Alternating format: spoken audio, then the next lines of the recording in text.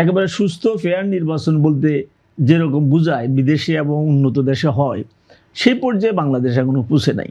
কারণ ভোট সম্পর্কে আমরা বুঝিও কম, ভোটের যে অধিকার এবং দায়িত্ব এই সম্পর্কে জনগণও বুঝে কম। এই জন্য বিভিন্ন প্রভাবে ভোটগুলো প্রভাবান্বিত হয়ে যায়, সঠিক এবং নিরপেক্ষ ভোট হয় না। তবু যতটুকু নিরপেক্ষ হয় ততটুকু ভালো।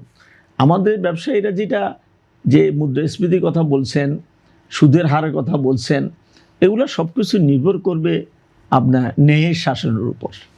এবং রাজনৈতিক প্রভাবমুক্ত যদি অর্থনীতি না হয়, যতক্ষণ রাজনৈতিক প্রভাবমুক্ত অর্থনীতি না হবে ততক্ষণ অর্থনীতি তার সঠিক গতিতে চলতে পারবে না।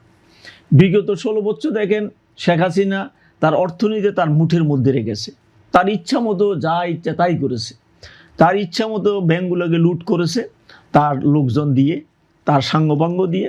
এর সাথে অত্যন্ত দুঃখের সাথে বলতে হয় আমাদের বহু ব্যবসায়ী এর সাথে জড়িত হয়ে পড়েছিল। তার কারণে আমাদের নিজেদের লজ্জা হয় যে আমরা কেন এই নীতি প্রদর্শনের দিকে পা বাড়ালাম। ভবিষ্যৎ হোক নিরাপদ, বিনিয়োগ হোক বিশ্বস্ত, আর আমার পছন্দ সল্ট বে। ওয়েলকাম টু সল্ট বে।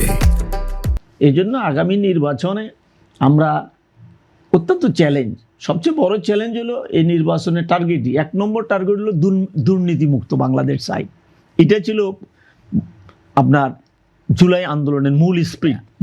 সরকার তো দুর্নীতি মুক্ত করতে চেয়েছিল, তারা কি পেরেছে? কিন্তু দুর্নীতিমত্তা বলেছিল 10 টাকা দরে 40 টাকা খাওয়াবো বলছিল, দুর্নীতির জিরো টলারেন্স কথা বলছিল, কিন্তু দুর্নীতি তারা শীর্ষ। অর্থাৎ আমাদের দেশে রাজনৈতিক দলগুলো অতীতে যা দেখা গেছে যেটা কমিটমেন্ট দিয়েছে সেটা রাখতে পারেনি, এটাই ব্যর্থ। কিন্তু জুলাই আন্দোলন শিক্ষা দিতে চায় রাজনৈতিক দলগুলোকে যে না, তোমরা ভালো হয়ে যাও, তোমরা সৎ হয়ে যাও, তোমরা যা বলবা সেটা জীবনে বাস্তবায়িত করো, রাষ্ট্রে এবং সমাজে বাস্তবায়িত করো। এটাই জুলাই স্পিরিট। আর দ্বিতীয় যে স্পিরিটটা সেটা হলো এই আপনার দুর্নীতি। এই দুর্নীতিটাকে মুক্ত হইতে হবে, নিজে আগে দুর্নীতি মুক্ত হইতে হবে। রাষ্ট্রপ্রধান যদি দুর্নীতিমুক্ত না হন, প্রধানমন্ত্রী যদি দুর্নীতিমুক্ত না হন, তাহলে সমাজে কোথাও দুর্নীতি হ্রাস পাবে না। আগে নিজকে দুর্নীতিমুক্ত হবে। যত রাষ্ট্রশাসক গেছে এর মধ্যে আমি একমাত্র 2 জনের নাম উল্লেখ করতে পারি। একজন হলো শহীদ প্রেসিডেন্ট জিয়াউর রহমান, তাকে দুর্নীতি কোনো আকৃষ্ট করতে পারেনি। অর্থ সম্পদ, লোভ, টাকা পয়সা তাকে আকৃষ্ট করতে পারেনি। তাই আজও জিয়াউর রহমান জনগণের মধ্যে জনপ্রিয়।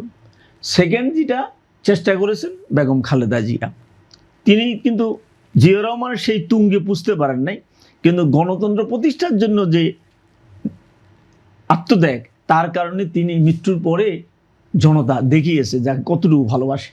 তো কাজে আগামী নির্বাচনটা আমাদের কাছে যুব সমাজে যে আত্মত্যাগ, 1400-র উপরে যারা শহীদ হলো, 24,000-এর উপরে যারা আহত হলো, হাজার হাজার আহত হলো, পঙ্গু হলো, এদের রক্ত বৃথা যাবে না যখন একটা সত্যিকার নির্বাচিত হয়ে আসে সরকার, এবং সরকারের ধরন এবং প্রকৃতির উপর নির্ভর করবে পরবর্তী ডেভেলপ।